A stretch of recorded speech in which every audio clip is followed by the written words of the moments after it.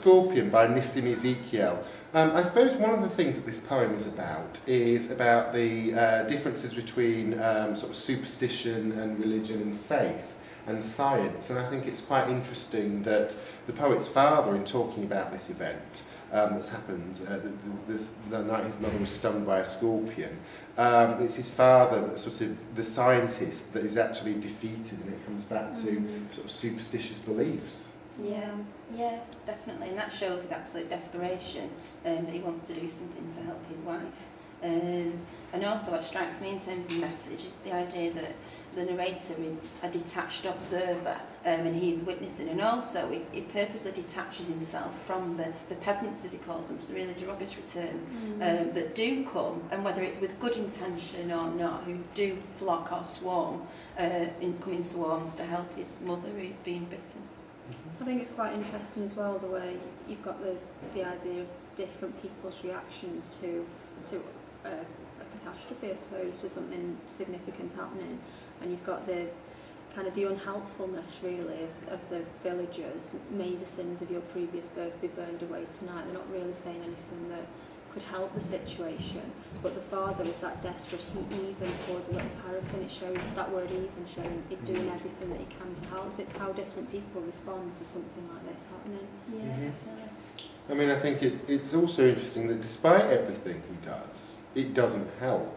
And in actual fact, it's just the passiveness of the villagers, the way they just sit there and think, well, actually, you know, there's nothing that can be done apart from us just to sit calmly and wait for the outcome. Yeah, I see their presence as reassuring, really, although they are described as a swarm of flies.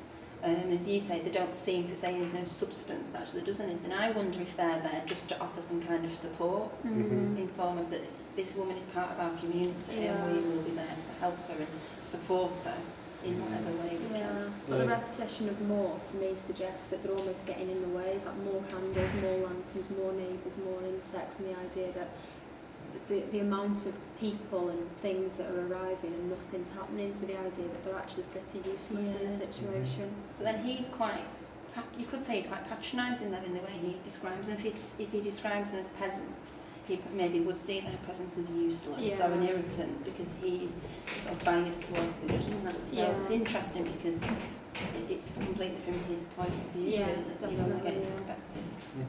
Just stamp them out. Right. Okay, so who wants to start? Okay.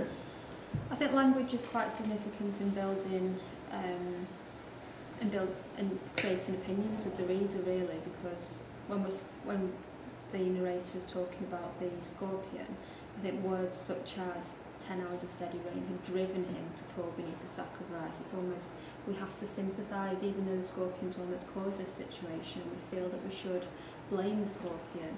Words like driven suggest that he had no choice. He was forced under this sack of rice, so it wasn't really his fault. He risked the rain again. The idea of him risking something makes us see the scorpion as being in danger, which again forces us to sympathise with the scorpion, which is quite unusual in terms of the fact that he has caused this problem. I mean, I think what strikes me about the language is how descriptive it is, and it's sort of building up a story, really. And I think that's what some people often forget about this poem, is that it is a story. So it is all in past tense, begins with I remember. But there's also little dramatic twists, like parting with his poison, flash of diabolic tale in the dark room.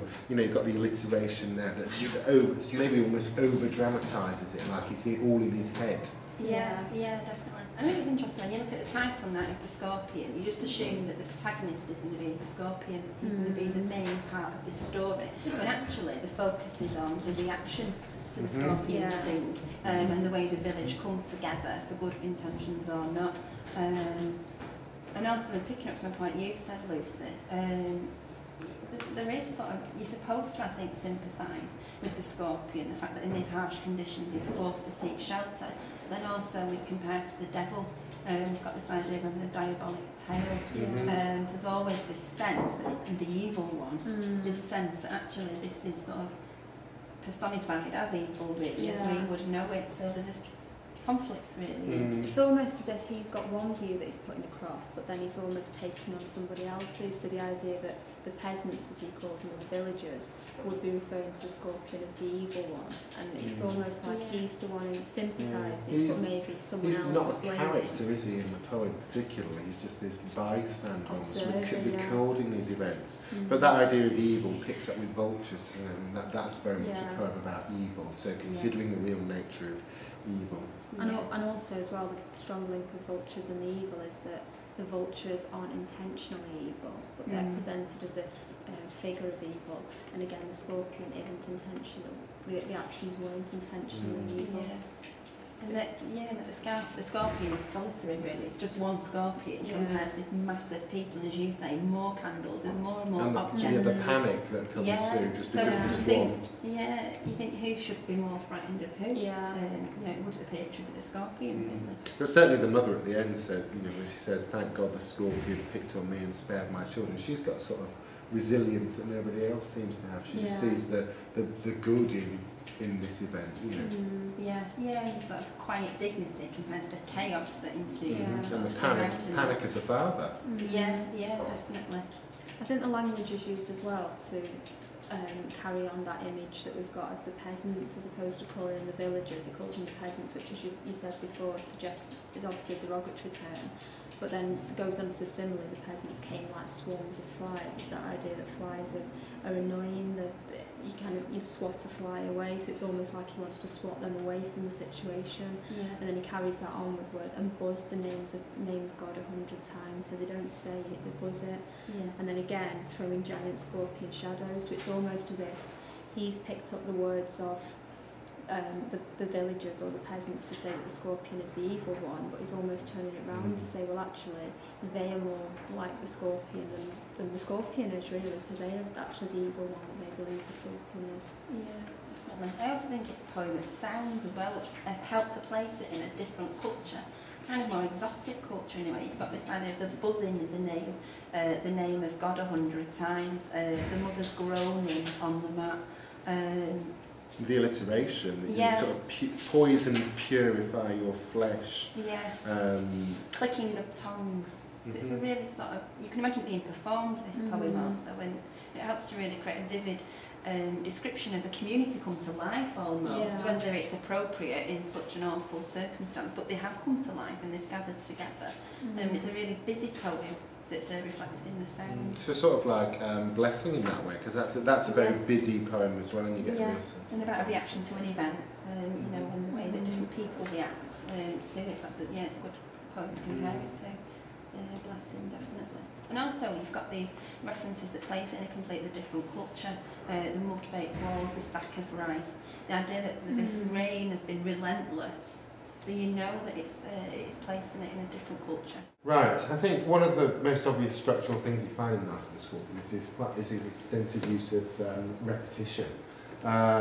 So you often find repeated lines like in 41 and 42. I watch the flame. I watch the holy man.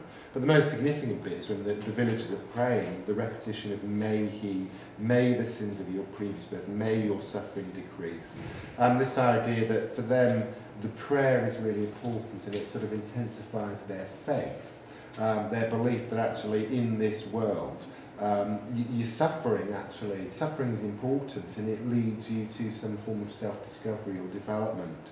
So when they talk about may the poison purify your flesh of desire and your spirit of ambition, that's a good thing. The fact that she's suffering is seen by them as quite a good thing, but obviously not by the father. No, yeah, definitely, I agree with that. It's something I've not thought of entirely through before, and that's reflected in sort of the second column, where it says she twisted through and through, as though she's very quietly and stoically dealing with this pain, and that by the end of it she has survived it, so she's learned a very good lesson.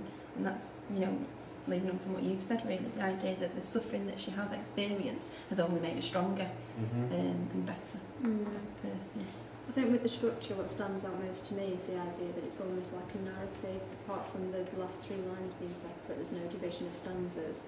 And I think that links in quite well with it being past tense, the idea that he's telling his story, his version of events, what happened on that day. And I think it also links in with the villagers, the way that he feels that they're in the way, and it's almost like they're only there to get the gossip, to kind of to create a story of what happened, and that the narrative structure reflects that story that the villagers may be looking to.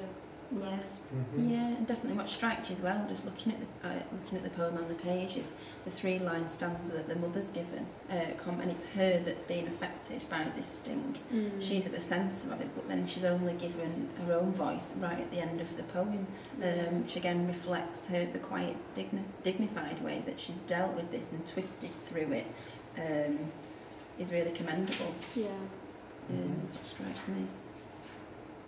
I think what I find most interesting about the poem is the presentation of sort of science versus religion, because we're always being told that science will solve all of our problems, and yet very clearly in this poem the scientist, the rationalist, the skeptic is kind of powerless to act or to do anything.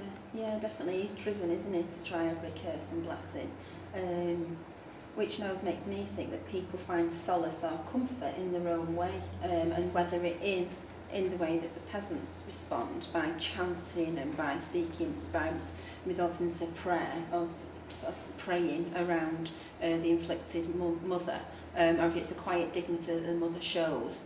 People have their own ways of dealing with things, and absolutely none of them are wrong, as long as you find some sort of comfort from it. Because he doesn't seem to make a judgment, does he? If any of them particularly, because at the end of the poem, it's just after 20 hours it lost its stink. It's just a case of waiting and seeing, really. Yeah, it's very matter of fact, isn't it, really? I think what I found quite significant about this poem is the way that your view can be changed, and your view can be almost manipulated through the choice of language that the poet uses, and I think that was quite significant in other poems. So, for example, Two Scavengers, where we're forced to sympathise with one section of society and not necessarily the other. And I think that happens quite strongly here as well, the way we're almost, the speaker almost pushes us away from the villagers through the descriptions, the similes like swarms of flies, etc. And it's not until you get to the end of the poem where you actually look back and you have to think that that is just one person's view on what is happening on that day, and he's an onlooker, and that's just his view of how the peasants are acting. And I think but the choice of language does force you to share those opinions, and I think that's quite strong in a lot of poems across the and I think my sympathies, I think actually lie with the villagers, because of their sort of practical, well, there's nothing we can do about it, so what's the sort of point of panicking and trying going to these extremes? And I also question the reliability of the narrator, because it does irritate me that he refers to them as peasants and he sees them as a nuisance, when I do see them as at least offering some assistance and some form of comfort. And he doesn't appear to do anything throughout the poem. He describes what other people do. His father's driven to desperate measures. Who's a skeptic, he'll even try blessings and curses. But what is he doing? He's just narrating the events in quite a calm manner, really. Yeah. He's too calm about what happened. He's almost, as I say, when you get to the end of the poem, you look back and you almost have to look at the fact that he's doing actually a lot less than what the villagers are doing. He's just... I mean, there's none of the passion that you find in Nothing's Changed, or in Limbo, or in Two Scavengers or Vultures. It seems almost to be a dispassionate poem. Yeah, definitely. Which is quite unusual, because obviously it is his mother that he's talking about, and you think that would make it more emotional for him, but it just seems to lack that emotion. Yeah, it does, definitely. It just lists the events, really, that happened, things that people did and how they responded.